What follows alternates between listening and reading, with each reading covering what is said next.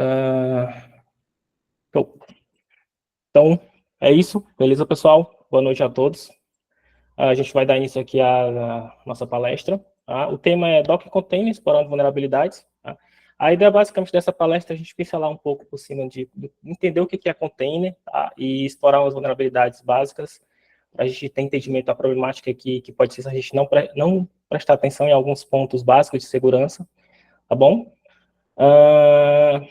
Tá, então deixa eu me apresentar aqui. Quem sou eu, né? Me chamo Isaías. Me apresento aí nas plataformas da comunidade como Orton. Muita gente me chama assim aqui dentro. E aí, falando um pouco da minha experiência, eu estou no mercado desde 2021. Comecei como desenvolvedor. Em paralelo, também comecei um estágio trabalhando especificamente com nuvem. Tá?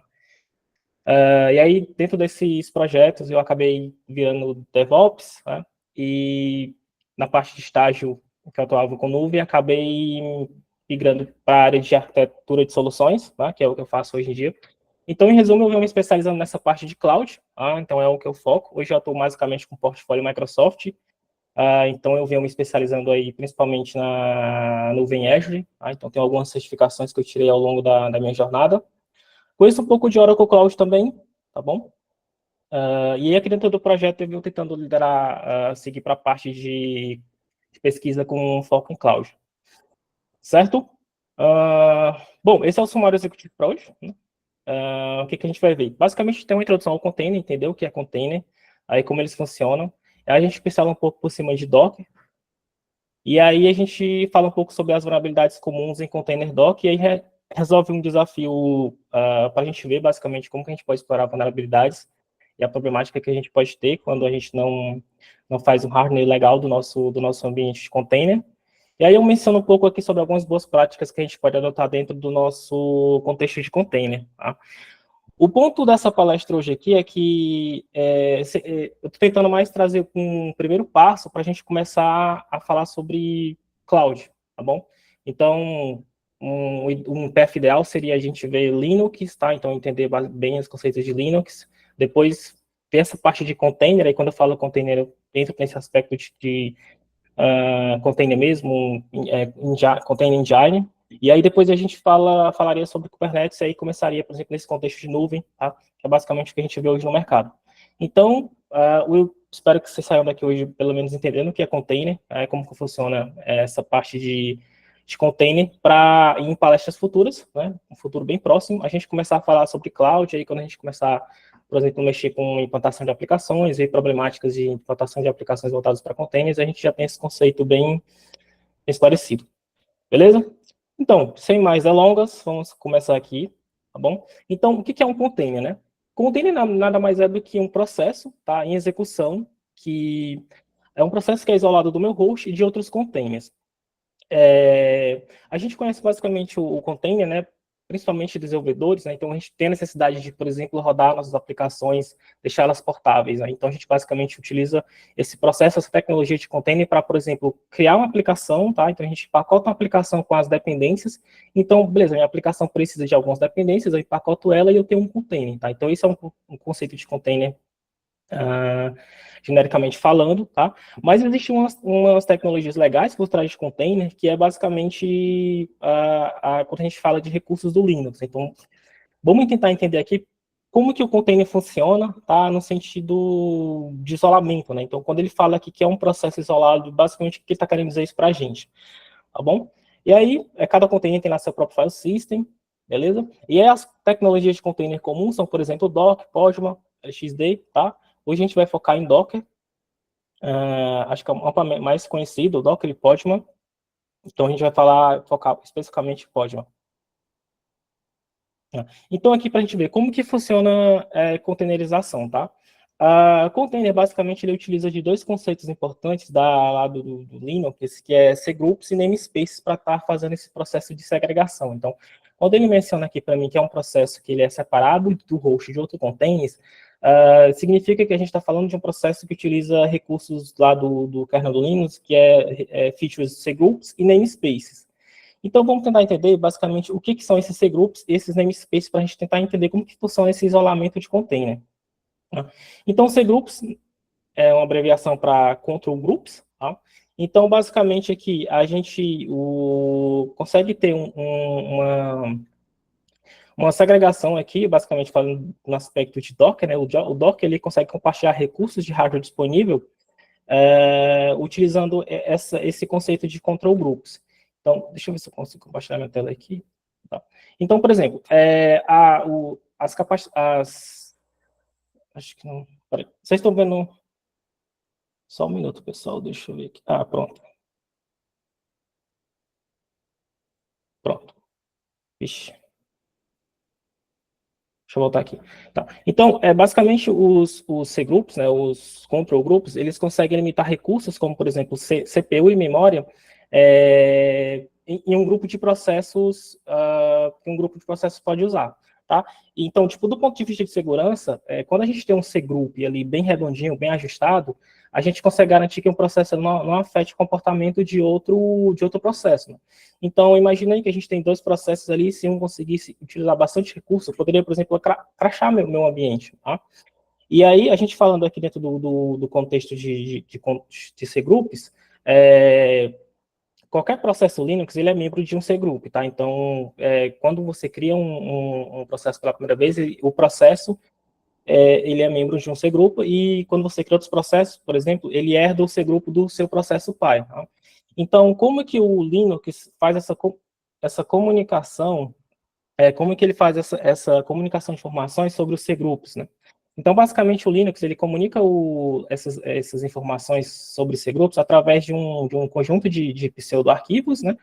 Que eles normalmente residem aqui dentro dessa pasta, que é o sysfc cgroup, tá? Então, se a gente for ver aqui, a gente tem basicamente diversos pseudo-arquivos que nada mais são do que os nossos cgroups. Então, eu preciso, se eu quiser gerenciar cgroups, nada mais é do que envolve eu escrever e ler, fazer leitura e escrita, né, fazer manipulações nesses arquivos e diretórios, dentro das suas hierarquias, tá bom? Então, por exemplo, quando eu crio, por exemplo, um novo cgroup aqui de memória, por exemplo, RSI memory 01, deixa eu tentar sudo. Tá, o que que a gente consegue ver aqui? A gente consegue ver que o próprio kernel consegue criar para a gente, preencher para a gente toda essa hierarquia, tá vendo? Então, o próprio kernel cria automaticamente ele faz esse preenchimento das fichas de cgroup, beleza? Então, mas falando aqui dentro do contexto de Docker, né? O Docker, ele automaticamente consegue criar suas próprias cgroups, tá? De cada tipo, tá? Então, a gente consegue ver eles, se a gente, por exemplo, der um ls aqui, ls, opa, Docker, Doc, a gente vê aqui, por exemplo, que ele consegue ver que ele consegue criar suas própria hierarquia de cgroups, tá? E aí, quando a gente inicia um container, automaticamente ele cria um conjunto desse cgroup dentro do Docker Groups, tá? Então, se a gente criar aqui um container, Docker, o tamanho da fonte aí tá boa, né? Docker menos RM aqui para mim acho que tá boa. Tá sim, dá para enxergar legal. Memory. Então, se eu criar um container aqui, ó, a gente vai ver ls/cgroup docker. Deixa eu ver aqui, docker dentro de memory. Docker. Eu consigo ver, por exemplo, que ele vai criar para mim aqui toda essa segmentaçãozinha dividida pelo ID do container, né? Então, basicamente, o que ele fez foi pegar o container, tá? E ele fez toda essa segregação de maneira totalmente automática para mim, tá? Então ele faz a segregação de cgroups, então ele tem esse conceito de divisão de recursos por container, tá? Então não é por isso que nenhum container não consegue, por exemplo, tomar recursos de outro container, porque eu tenho essa segregação utilizando o conceito de cgrupos, que nada mais são do que conceitos que vêm lá do Linux, tá bom? E aí, outro conceito importante aqui é deixa eu voltar para minha tela. outro conceito importante aqui é os namespaces, tá bom? Então, o namespace nada mais são do que recursos que permite que diferentes processos eles vejam os recursos separados do sistema, como se tivesse basicamente um sistema diferente, tá? Então, ele realmente separa esses recursos dos sistemas, tá? De um namespace do outro, tá? E aí, cada processo em execução no Linux, ele recebe basicamente duas coisas, um namespace e um process identifier, tá? Então, tipos de namespace. Se a gente vier aqui e der um sudo lsns, tá? A gente consegue ver basicamente aqui os processos, tá? E eles estão atribuídos aqui a alguns namespaces, tá? Então, quais são esses tipos de namespace, né? A gente tem, por exemplo, o PID, tá? Que ele basicamente isola o espaço de IDs de processo. A gente tem, por exemplo, o user, né? Que ele isola IDs de usuários e grupos. A gente tem o UTS, que nada mais faz do que isolar o nome de host de domínio, tá? Para garantir que o container tem ali como se fosse um host próprio, um domínio próprio. O IPC, né, então ele consegue isolar recursos de comunicação entre processos. O NET é bem interessante porque ele consegue fazer esse isolamento de pilha de rede, tá? E, deixa eu ver se eu falei todos. Tá? Eu acho que tem um cgroup também, tá? Que ele basicamente consegue fazer esse isolamento de hierarquia de cgrupos, que a gente mencionou anteriormente, tá? Mas como que isso funciona na prática, né? Vamos tentar entender isso aqui. Então, se eu posso utilizar essa ferramenta aqui de um share para criar namespaces para mim, tá? Então, eu vou basicamente criar um namespace aqui. Opa, eu vou fazer o seguinte, eu vou usar um comando para criar um novo namespace, tá? De PID, e vou montar um sistema de arquivo nele. Então, vou clicar aqui menos mount, né?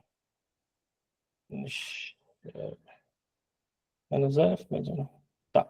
Então, basicamente, o que esse comando faz? Né? Ele inicia um novo shell com um novo namespace de PID, tá bom? E ele monta um novo sistema de arquivos. Então, eu vou entrar nele aqui, tá? E aí eu vou dar um PS aux aqui. Beleza? A gente está vendo aqui, basicamente, os processos dentro desse namespace, né? Que deve ser significativamente menos do que, por exemplo, a gente está falando de namespace pi. Se eu voltar aqui, se eu, por exemplo, rodar um sleep 100 e jogar isso aqui para background, tá? Vai rodar esse processo, tá? Eu vou vir aqui no meu host, no meu outro host, e vou ver os processos que estão em execução e vou dar um grep pelo sleep, tá? Então, basicamente, a gente vê que o namespace iniciado ele não aparece aqui no nosso outro recurso. Entendeu? Então, basicamente, a gente tem uma segregação de namespace. Então, se a gente pegar outro exemplo aqui, tá? Eu vou fazer o isolamento de namespace, por exemplo, de montagem, né? Montagem de arquivos. Então, deixa eu voltar aqui. Deixa eu sair esse cara aqui. Tá? Então, basicamente, eu vou dar um sudo, um share, menos mountain, e aí eu vou estar como bash, tá bom? E aí eu vou basicamente montar aqui fazer uma montagem de arquivo. Então, mkd barra mnt barra temp barra, e aí aqui nova montagem, tá? Opa. Beleza? E aí eu vou pedir para ele montar esse cara, menos bind barra home, e legal, bmt barra nova montagem. Vixe, nova montagem, tá? Perfeito.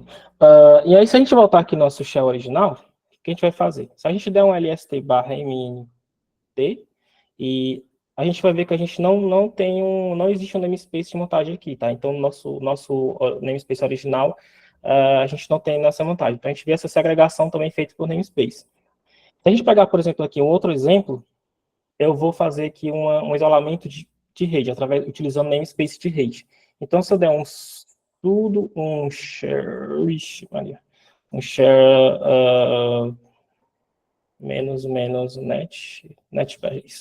netbat, tá? E aí, por exemplo, eu vim aqui dar um IP link, eu vejo que eu não tenho nenhuma interface de rede associada a ele, tá? Então, obviamente, eu não vou conseguir fazer nada com esse cara. Nada relacionado à rede, tá bom? Por quê? Porque ele está isolado, então ele está num namespace de rede isolado, então ele não tem acesso à rede externa. E para aí eu posso, por exemplo, combinar namespaces para estar fazendo esse tipo de segregação, tá bom?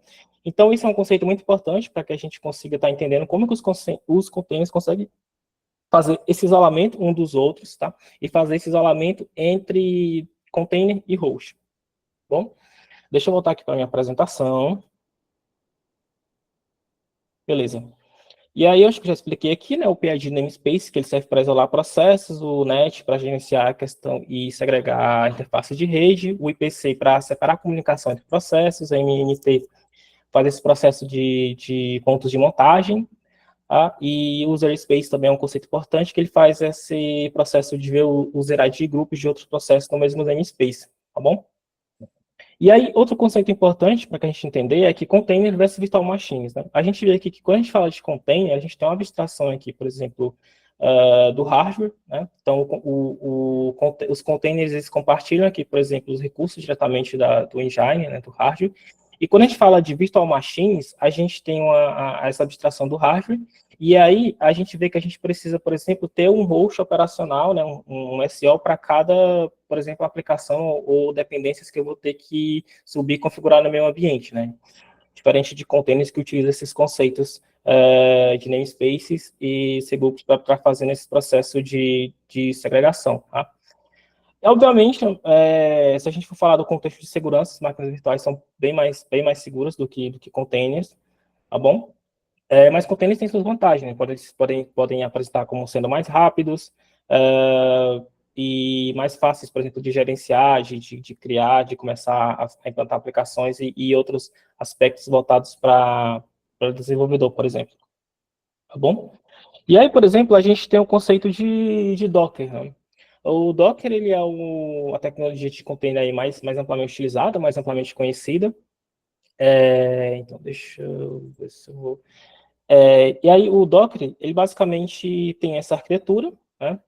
Então, quando a gente está lá no nosso terminal, executando comandos, fazendo o Docker build, Docker pull, né? Então, quando eu dei o comando de Docker run, o nosso terminal é basicamente como se fosse o cliente, né? Na verdade, ele é o nosso cliente, que faz comunicação com o Docker Daemon, né? E aí o daemon, né, então, onde roda os processos ali no background, ele basicamente ele faz algumas operações, né? Então a gente pode dividir, por exemplo, aqui, ó, a gente tem o Docker ID, que eu acho que não está nessa imagem aqui, mas ele é basicamente responsável por interpretar os comandos que vêm da API, né, do API do cliente, tá? Então ele é responsável para pegar esses comandos que eu estou utilizando, que eu estou rodando na minha máquina. Aí, por exemplo, a gente tem um container ID aqui, tá? Então, esse cara, ele é que faz o trabalho pesado mesmo de, por exemplo, controlar imagens e containers, executar processos aqui do RunC. E o RunC é quem, de fato, lida com gerenciamento de containers, tá bom? E aí, outro conceito importante também da arquitetura do Docker é o hash, né? Que nada mais é do que um repositório onde a gente consegue fazer o download e o upload de imagens que a gente constrói, né? Então, todo container, ele precisa de uma imagem base, então ele geralmente a gente constrói a partir de uma imagem base para estar fazendo, apresentar suas tarefas diárias. Ok? E aí, falando desse conceito de container e Docker, vamos falar aqui de algumas vulnerabilidades comuns que a gente tem dentro de container. Deixa eu ver se estou com o meu host rodando aqui para a gente fazer o desafio. Estou sim. Tá. E aí, dentro do conceito de vulnerabilidades comuns, tá? A gente, por exemplo, pode citar imagens de Docker seguras, tá? Então, geralmente, quando a gente vai aqui no Docker Hub, né?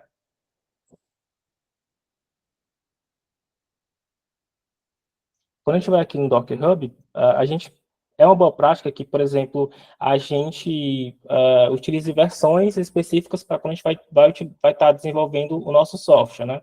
Então, por exemplo, se eu venho aqui e procuro a imagem do Python, deixa eu ver aqui, Docker Hub Python, né? Então, se eu venho aqui e pego uma imagem do Python, por exemplo, a gente tem algumas tags aqui, tá? Então, tipo, tem várias tags aqui. E é uma boa prática que a gente sempre referencia de qual tag a gente está usando a nossa imagem, né? E aí, o interessante é que, por exemplo, se a gente não tomar cuidado, a gente pode acabar usando uma imagem específica, né, uma layer ali, que ela tem algum tipo de CVE, tá? Então, ele tá, o Docker traz aqui para a gente, por exemplo, tá? Então, por exemplo, essa tag aqui, ele mostra para a gente aqui já algumas vulnerabilidades. Ele fala que tem 3 vulnerabilidades críticas, né? Então, se a gente não utilizar com cuidado e começar a construir containers baseados em imagens que são vulneráveis, vocês concordam que o meu container, né? Então, se o meu host está vulnerável, significa que a minha aplicação provavelmente vai estar vulnerável e eu vou estar vulnerável a sofrer o tipo de problema de segurança aqui em questão, né? Então, se é uma CVE que explora algum tipo de RCE, de outro tipo de vulnerabilidade específica, eu vou estar sujeito a isso. Então, é importante que eu consiga ter esse conceito, tá? Então, ter esse entendimento de que utilizar imagens Docker segura pode ser uma problemática para mim, tá? E aí, o que é mais comum, que é, por exemplo, a gente fala do excesso de privilégios em container, então isso aqui é muito comum, principalmente porque quando a gente está desenvolvendo, a gente não se preocupa muito com, por exemplo, tentar deixar, depois de desenvolver, aí já tem aquela pressão de entregar, de entrega, você não vai se preocupar em tentar deixar a aplicação redondinha, tá? Então, assim, na maioria dos casos, geralmente só vai para produção, vai ser feito o deploy lá, e aí aquele processo, aquela imagem que você construiu, ela não está fazendo uma validação de, por exemplo, garantir que aquilo não esteja executando quando ela for para execução, né? Quando o container fosse criado, por exemplo, lá no meu orquestrador de container, e aquilo não vai como root. Então, raramente eu tenho essa preocupação.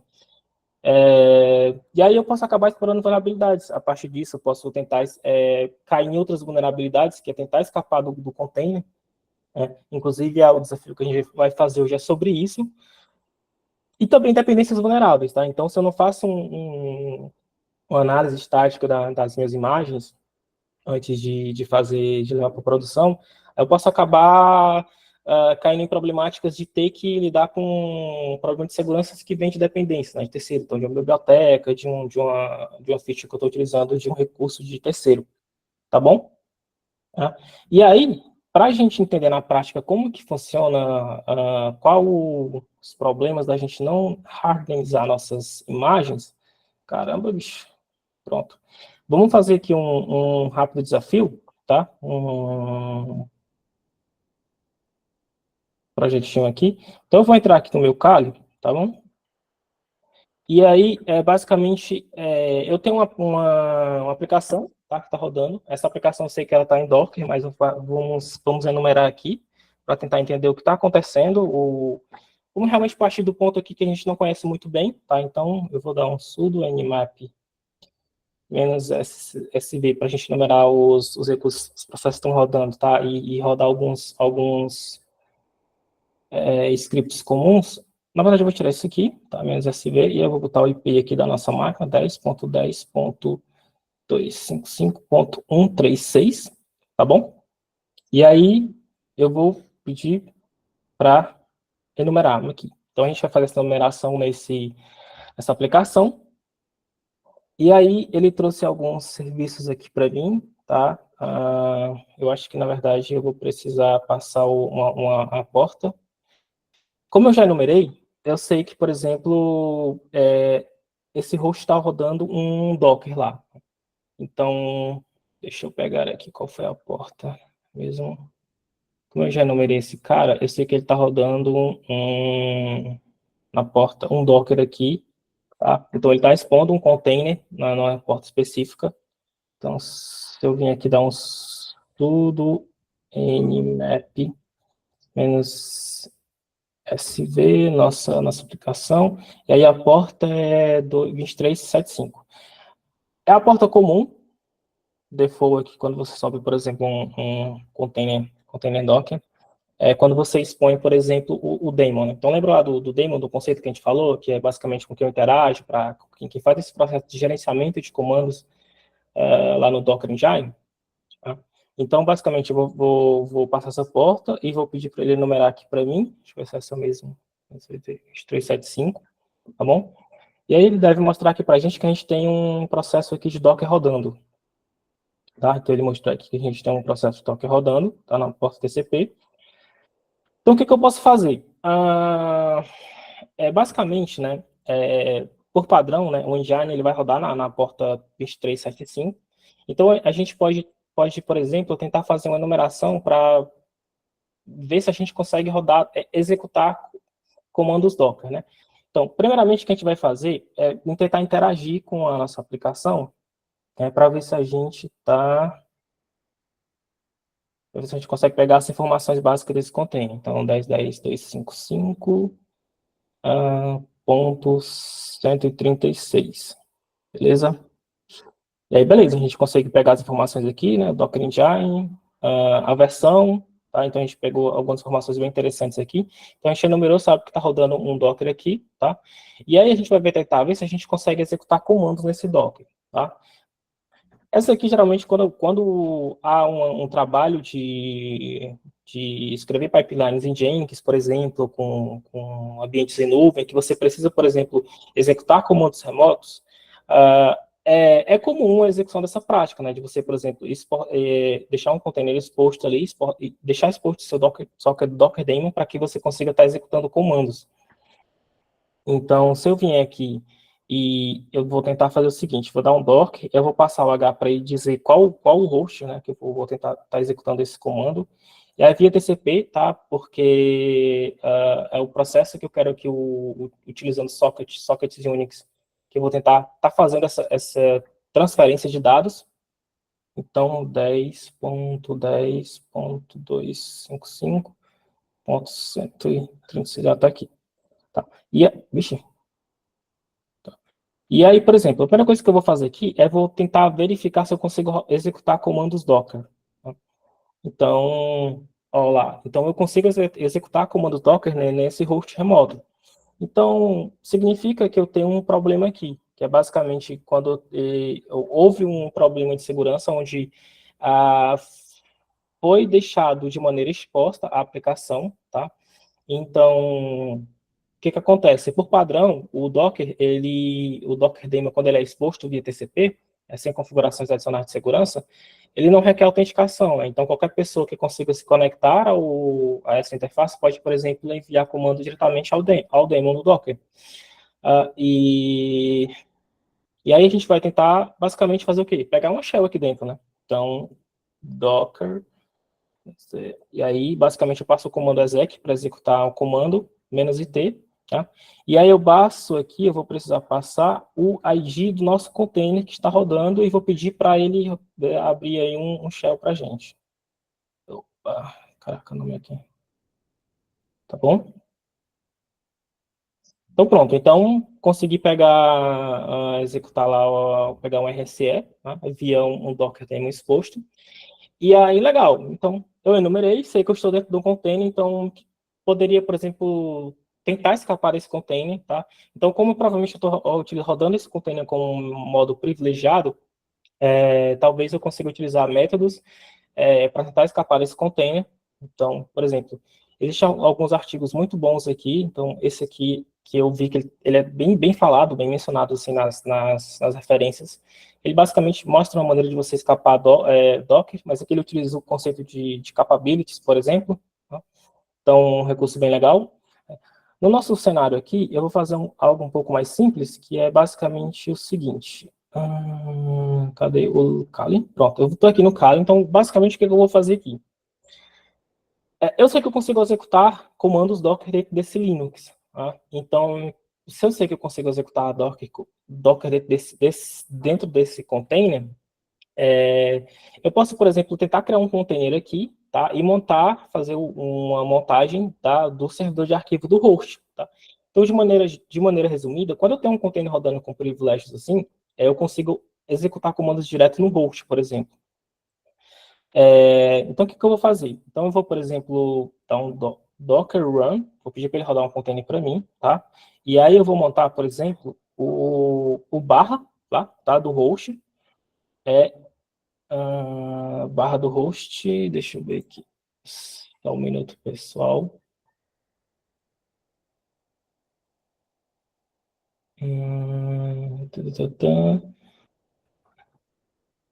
Escapando do container, tá?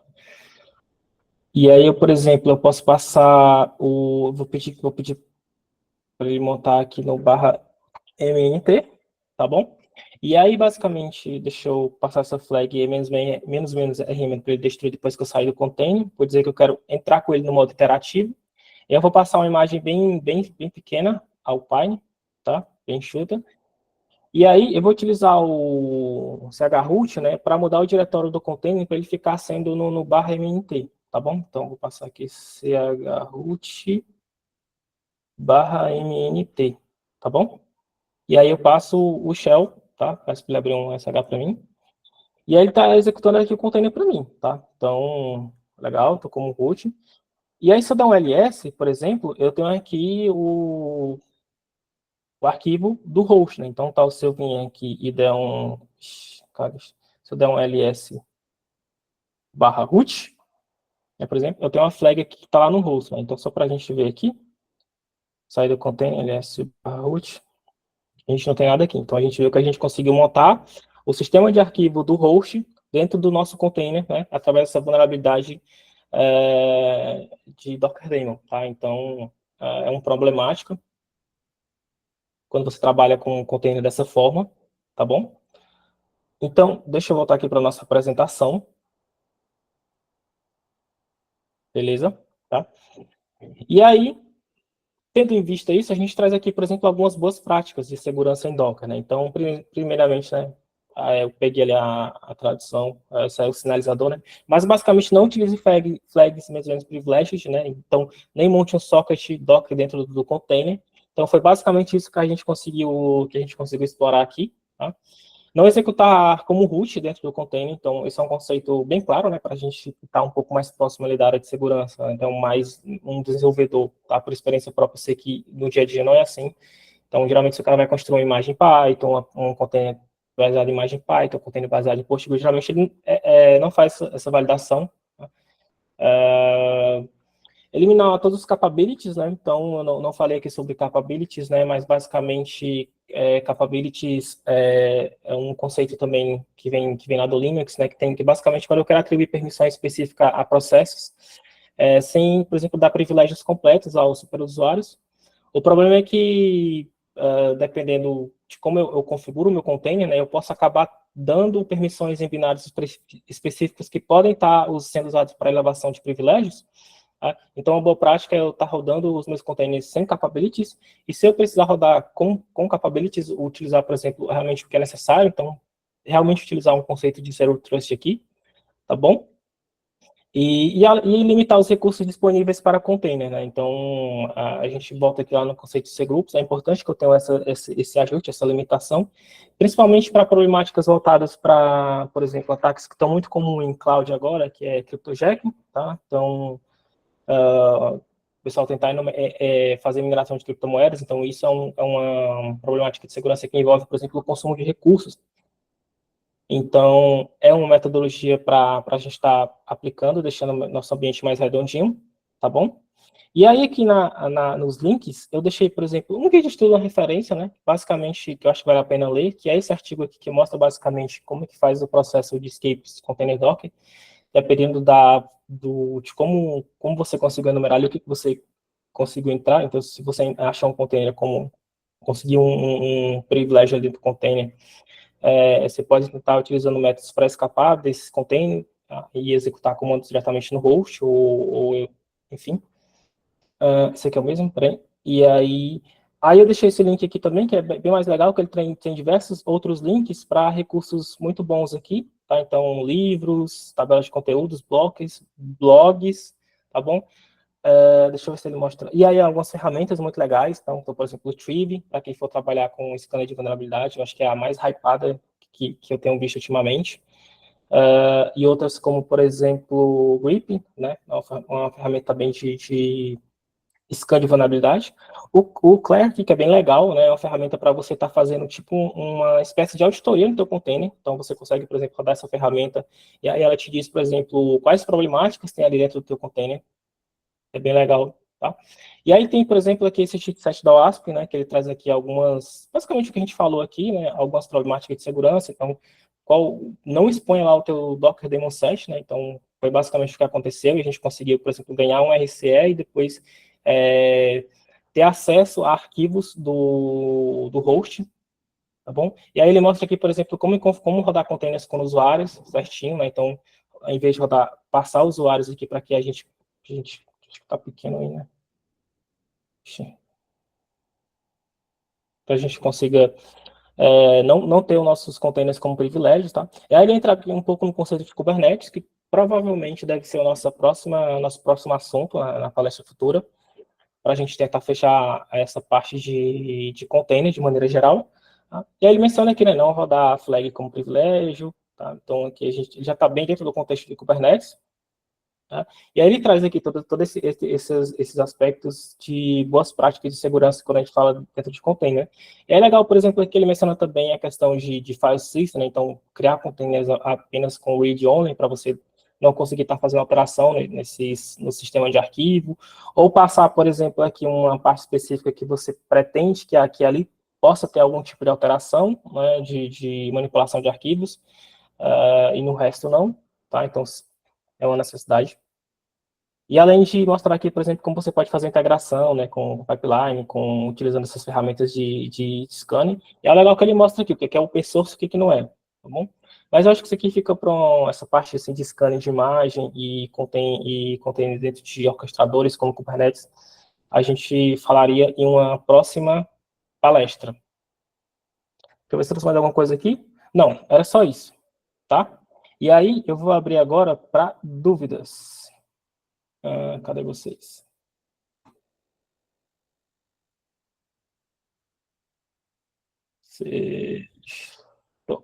Beleza? Orton tem uma dúvida ali Claro, no meu chapa. chat. Deixa eu ler aqui.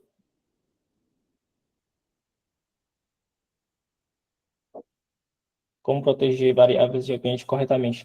Aí vai depender muito de como você está utilizando. Por exemplo, se você está trabalhando com Kubernetes, né, o mais recomendado é que você utilize gerenciadores de secrets, né, então key vaults, né.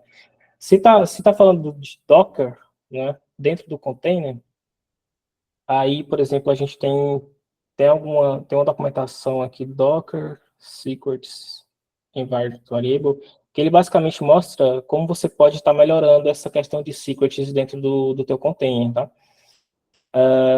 Geralmente dentro do ambiente de produção, e aí é um dos pontos que traz que acaba deixando que os processos de segurança em aplicações sejam mais problemáticos, né? Que isso aqui geralmente dá um trabalho danado, tá? Você sobe as coisas, não sobe. Então, é por isso que geralmente é muito comum a gente ter esses problemas de misconfiguration já em container, tá? Mas essa documentação aqui, basicamente, ele mostra como você pode criar, gerenciar de maneira melhor secrets aqui dentro do Docker, tá? Então, recomendo depois dar uma olhada, para ver.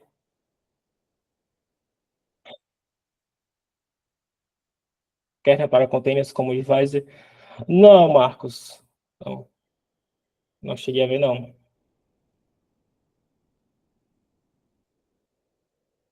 A ideia dessa talk de hoje é basicamente, como eu mencionei no início, para quem não estava, a gente tem um primeiro passo para a gente começar a falar de cloud, tá? Então, cloud é onde eu conheço bem, tá? Então, mas eu sei que eu precisaria pelo menos pontuar aqui sobre containers, containers e Kubernetes, para depois a gente entrar no contexto de cloud, que aí vai ficar muito mais fácil, tá? Então, não adianta só eu chegar aqui, por exemplo, falar sobre Kubernetes nuvem, que aí esses conceitos básicos seriam uma problemática se a gente não tivesse. Então, a ideia mesmo é só a gente ter esse pé inicial, tá? Então, por isso que eu não consegui trazer algo muito detalhado sobre Linux e container, mas eu espero que tenha dado aí para vocês terem uma noção de mais ou menos como que funciona esse processo de isolamento de containers de maneira geral, e consigo aí estar aprofundando aí nessa parte de Linux e de container.